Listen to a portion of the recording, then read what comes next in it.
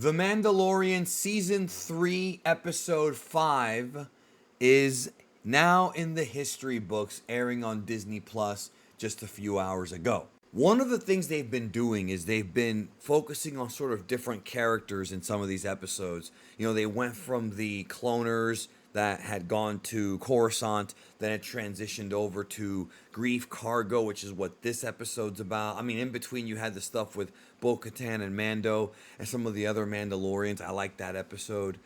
This one, like I said, we're back to Grief Cargo, who was in the first episode of the season. So he's going to be a player going forward. Also, Carl Weathers directed the last episode, and I forgot to talk about that in my review. I think I forgot to talk about it.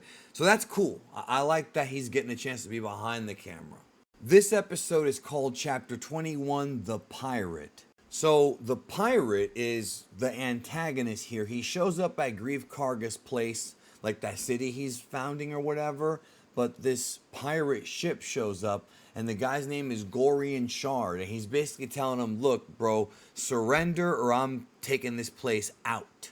The pirate is not scared of the New Republic, talking about how they're incompetent and whatnot, and then the story shifts over to Captain Tiva. Now, what ends up happening is, and that's the Asian guy with the goatee, in case you didn't know, and what ends up happening is he gets the message, the New Republic base sends it over to him.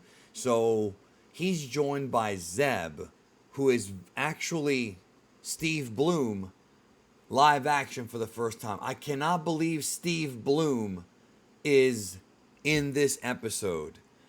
Like, not just doing a voice. I wasn't sure until I asked, but that's the same Zeb from Star Wars Rebels. I wasn't sure. I was like, wait a minute, like, really? And I'm not complaining about it. It's just like it caught me by surprise. So I want to talk a little bit about the conversation that was had between Mando and the captain. Basically, he's there to tell him that they need his help to help Grief Karga out. And what happens here is interesting because, like, they discuss how the Empire is regrowing. Now, what I'm not sure about is, are we talking about the First Order? I assume this is not the First Order. I assume this is just the Imperial Remnant, the same one that was talked about, you know, in a lot of the lore coming out of Force Awakens with the Battle of Jakku and all that, and the rumors of Thrawn being here. So, like, you know, all that stuff's been going on. So when I'm watching this, I'm thinking, okay, it's not the First Order, not yet. We're still in that place where the Battle of Jakku has not happened yet, or at least I'm not sure if it has. The timeline's kind of confusing me at this point, to be honest with you. Like, I'm not going to lie. Like, I kind of lost track. After episode 9, I'm going to be real, I didn't care that much. So, during Force Awakens time, though, I was reading everything, so I really wanted to know what direction they were going in. But now, it's like, I don't even remember. So, the Mandalorian tries to convince the other Mandalorians to maybe have an intervention to rescue Navarro from these pirates. Now it starts to feel like this show is starting to pick up now. Like I was wondering what was going on here, but now it's almost like the strings are being tied together. At least it feels that way so far. So it's cool. It's a cool scene here, right, where they're around the fireplace, and then this other Mandalorian, Paz Vizsla, talks about how when they fought the first time, you know why it was important and why they should go do it again. And, of course, they're Mandalorians, and this is the way. Of course, don't forget that his kid almost died. So the Mandalorians, they can be a little bit stubborn, but they, at least this group of them, are genuinely good people based on what we've seen thus far. So the Mandalorians get together and they head out there. And this is a great sequence, man. The music here was top notch. It was just like dun dun dun dun dun dun dun dun dun dun. Like it was kicking in as we're prepared to see a big battle. And I'm excited. I'm very excited right now because it's starting. We're starting to see some real good shit here, and I'm really wondering where they're gonna go. So this battle with Mando and the Naboo starfighter, and this battle with the ships, this is something we don't see a lot of in The Mandalorian because, you know, this show is a different kind of show. It's mostly about Mando and his adventures. And, of course, he didn't get the ship until Book of Boba Fett, but you get what I'm saying. Like it's more of a grounded show. But here we have this awesome battle. I enjoyed it because they have been so long since we have seen a battle like this. And really, when it comes to the Disney era, nothing's gonna top Rogue One when it comes to like big space battle. That was just phenomenally over the top in every good way. But this was great, especially for a TV show.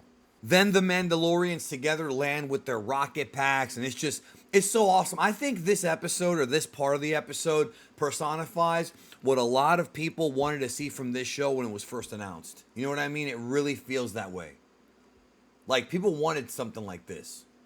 So after a really great battle, the Mandalorians win and Greef Karga thanks them, and this was cool. So after all this, there's this scene with the armor, which is like the female Mandalorian, and Bo-Katan. They wanted to talk privately, and she asked Bo-Katan to remove her helmet. Like, I'm curious about all this, but I know that this is going to be a follow-up to that teaser from last week about this mythosaur. So, the armor is talking about walking the way together. So it looks like all the Mandalorians are going to work together, which I like what they did here, and I hope we see more of that. That way it's not just about Din Djarin. He can be the main character, but these other characters are interesting. So she basically tells her that Bo-Katan is destined to unite the Mandalorian people once again. And now it's time to retake Mandalore. So finally, we've been talking about this, y'all. Remember, after season 2 ended, I was like, okay, season 3 is going to be about them retaking Mandalore from the Imperial Remnant. Here we go. So I think, and I could be wrong, y'all, I haven't read spoilers or anything. I think that this moment right here, this is the beginning. And I'm not saying that the season's going to end in the next couple episodes, but this is the beginning of the story arc for the season finale. I think in the next 3, 4, 5 episodes, we're going to get there. We'll have some more build-up, and then we'll finally get there with the big finale. And I'll talk more about that when those episodes come out. I think that the New Republic is going to be involved. I feel like based on what happened in this episode, it'll be the Mandalorians and the New Republic working together to free Mandalore.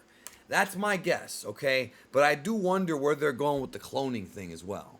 So it's about to get good now with the Mandalorians going back to Mandalore, but that is not the only big cliffhanger in this episode, y'all.